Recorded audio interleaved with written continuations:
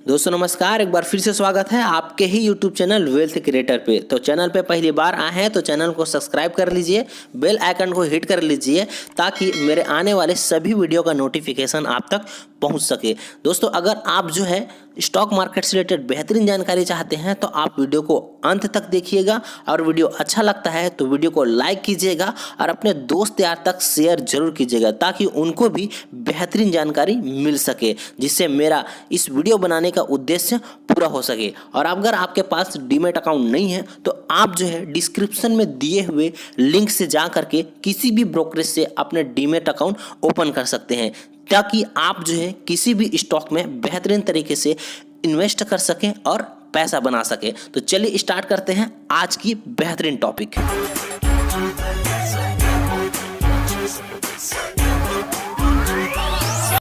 आज हम बात करेंगे टाटा पावर के बारे में। टाटा पावर भारत की एक लार्जेस्ट बिजली उत्पादन करने वाली कंपनी है जिसका पावर प्लांट भारत के अलग अलग जगहों में स्थित है।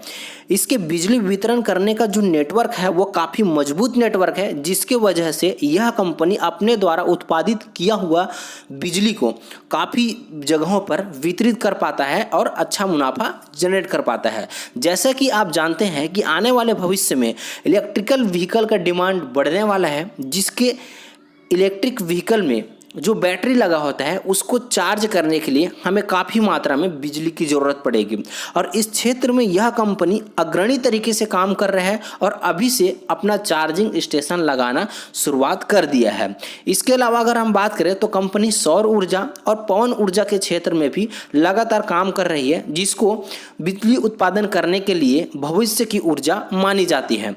दोस्त अगर आप देखें तो यह कंपनी कुल मिलाकर के आने वाले भविष्य की जो तकनीक है उस पर काम कर रही है और अगर आप इस प्रकार की तकनीक पे काम करने वाली कंपनी में अपना निवेश डालते हैं तो डेफिनेटली आने वाले भविष्य में अगर इस प्रकार की कंपनी को बहुत अच्छा मुनाफा होता है तो और आपने उस कंपनी पर निवेश किए हैं तो आपको भी काफ़ी अच्छा मुनाफा हो सकता है। अब बात करते हैं दोस्त कंपनी की शेयर प्राइस के बारे में। तो कंपनी का शेयर प्राइस जब मैं वीडियो शूट कर रहा हूँ तो 225.75 रुपीज़ है और आज की अगर हाई की बात करूँ तो 230 रुपीज़ का हाई बनाया है और लो की बात करूँ तो 224.65 रुपीज़ का लो बनाया है। 52 वीक हाई की बात करूँ तो 267.85 रुपीज़ का हाई बनाया है और लो की बात करूँ तो 89 रुपीज़ का लो बनाया है। इसका मतलब ये है दोस्त कि अगर कोई भी व्यक्ति ने इस कंपनी के ऊपर एक साल पहले निवेश किया था तो उसका पैसा आज 3 गुना हो चुका है।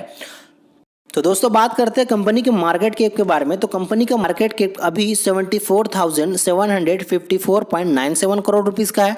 टोटल नंबर ऑफ शेयर्स की बात करें तो 319.53 करोड़ शेयर्स कंपनी के पास है। कंपनी पी की बात करें तो 31.57 पर कंपनी ट्रेड कर रहा है और कंपनी डिविडेंड भी प्रोवाइड कराता है 0.67% का।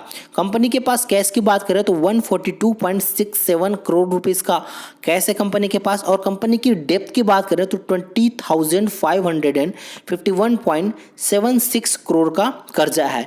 यहाँ पर कर्जा आपको काफ़ी ज़्यादा दिखाई दे रहा है, लेकिन यह कर्जा कंपनी ने अपने बिजनेस को बढ़ाने के लिए लिया हुआ है। कंपनी की ईपीएस की बात करें तो अर्निंग पर शेयर 7.41 रुपीज़ है। कंपनी के पास जो सेल्स ग्रोथ है वो माइनस में है, -21.01% का। ROE की बात करें तो 6.01% है और रिटर्न ऑन कैपिटल इंक्लूड यानी कि ROCE की बात करें तो 6.65% है। और यहाँ पर देखें कंपनी का किस प्रकार से प्रॉफिट में किस प्रकार से ग्रोथ हुआ है।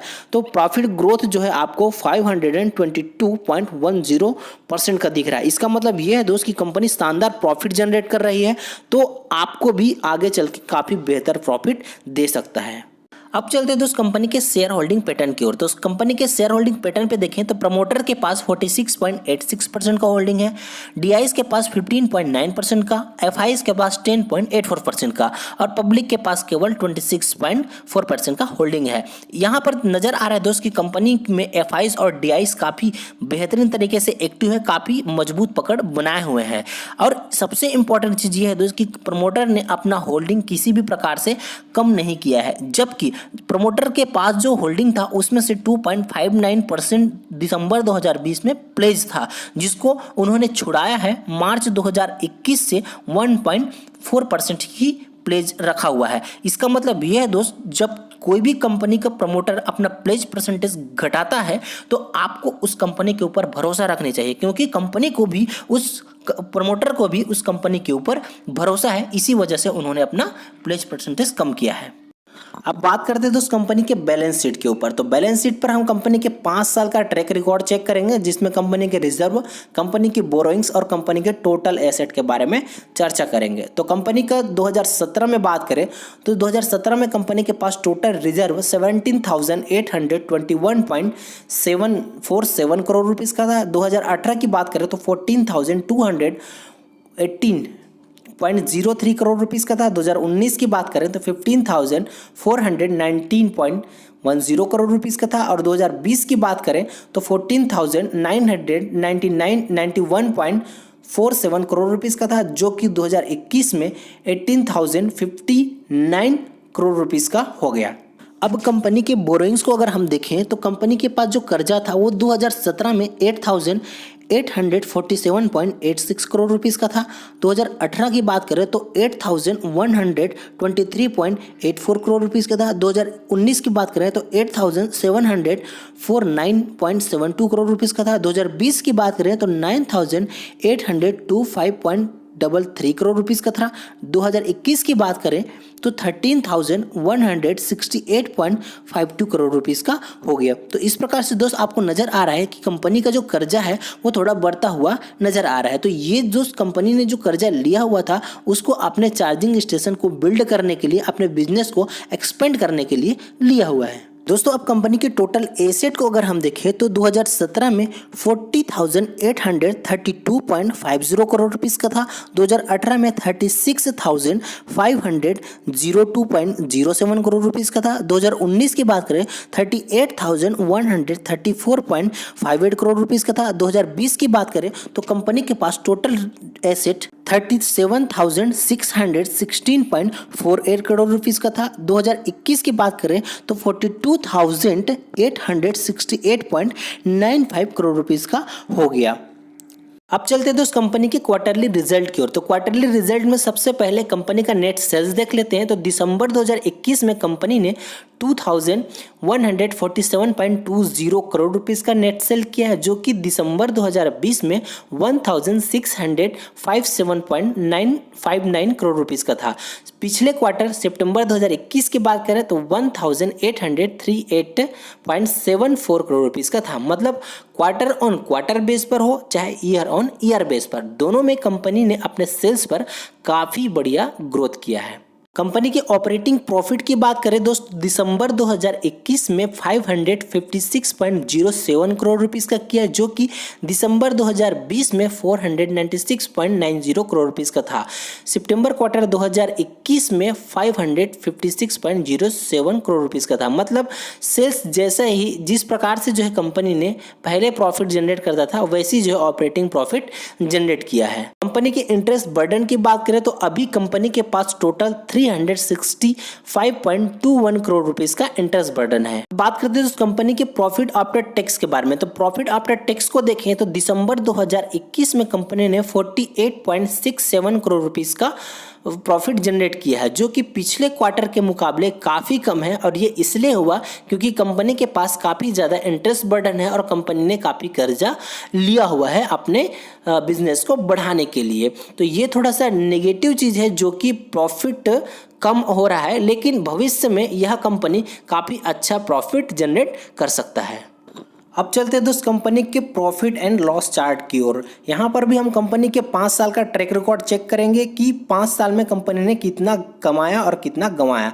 नेट सेल की अगर हम बात करें तो कंपनी ने 2017 पर मार्च 2017 में 7,472.28 करोड़ रुपीज़ का नेट सेल किया था। 18 में 7,536.59 करोड़ रुपीज़ का। 2019 की बात करें तो फिर 8,255.25 करोड़ रुपीज़ का। और मार्च 2020 की बात करें तो 8,070 6,316 करोड़ रुपीज़ का। और मार्च 2021 की बात करें तो 6,374.22 करोड़ रुपीज़ का नेट सेल कंपनी ने किया है। दोस्तों अगर हम ऑपरेटिंग प्रॉफिट और अदर इनकम की बात करें तो ऑपरेटिंग प्रॉफिट में कंपनी ने 2019 के बाद थोड़ा कम जनरेट किया है, लेकिन अदर इनकम की अगर हम बात करें तो 2020 के बाद कंपनी ने 2021 में 1,596.18 करोड़ रुपीज़ का जनरेट किया है, जो कि पिछले ईयर के मुकाबले काफ़ी शानदार जंप रहा है। अब कंपनी की इंटरेस्ट बर्डन को अगर हम देखें तो सन 2017 में 1,324.36 करोड़ रुपीज़ का था, 18 में 1,431.38 करोड़ रुपीज़ का, 19 में 1,500.35 करोड़ रुपीज़ का, 20 की बात करें तो 1,546.53 करोड़ रुपीज़ का, 21 की बात करें तो 1,543.68 करोड़ रुपीज़ का देखने को मिला। इस प्रकार से अगर देखें दोस्त, कंपनी ने अपना इंटरेस्ट बर्डन कम नहीं किया है, लेकिन कंपनी को आगे बेहतरीन प्रॉफिट करना है तो ये इंटरेस्ट बर्डन इनको कम करना होगा। अब कंपनी की नेट प्रॉफिट को अगर हम देखें तो मार्च 2017 में कंपनी ने 397.54 करोड़ रुपीज़ का नेट प्रॉफिट जनरेट किया था, जो कि मार्च 2018 में काफ़ी नेगेटिव था। मार्च 2019 की बात करें तो 1,768.70 करोड़ रुपीज़ का, मार्च 2020 की अगर हम बात करें तो 148.12 करोड़ रुपीज़ का, लेकिन मार्च 2021 में इन्होंने शानदार तरीके से जंप किया 921.45 करोड़ रुपीज़ का नेट प्रॉफिट जनरेट किया। क्योंकि दोस्त यहाँ पर आप ऊपर देखेंगे तो ऑपरेटिंग प्रॉफिट और अदर इनकम पर जब हम देख रहे थे तो अदर इनकम कंपनी का काफ़ी शानदार तरीके से बढ़ा हुआ है, इसीलिए कंपनी का नेट प्रॉफिट भी शानदार तरीके से बढ़ गया है। लेकिन कंपनी को अपना आगे अच्छे तरीके से ग्रोथ करना है तो उनको अपने ऑपरेटिंग प्रॉफिट में ग्रोथ दिखाना होगा, जो कि कंपनी के ग्रोथ के लिए बहुत ज़्यादा जरूरी है। तो दोस्तों आशा करता हूं कि वीडियो में बताया गया पूरी जानकारी आपको समझ में आया होगा और इस स्टार्टअप और कंपनी को समझने में आपको हेल्प हुआ होगा। अगर वीडियो आपको अच्छा लगा तो वीडियो को लाइक कीजिए और इस प्रकार के वैल्यूएबल इन्फॉर्मेशन के लिए चैनल को सब्सक्राइब करके बेल आइकन को जरूर हिट कीजिएगा और अपने दोस्त यार तक दोस्त वीडियो को शेयर कीजिए ताकि उनको भी इस प्रकार की बेहतरीन जानकारी मिल सके। तो मिलते हैं नेक्स्ट वीडियो में। ख्याल रखिएगा अपने पोर्टफोलियो का और अपने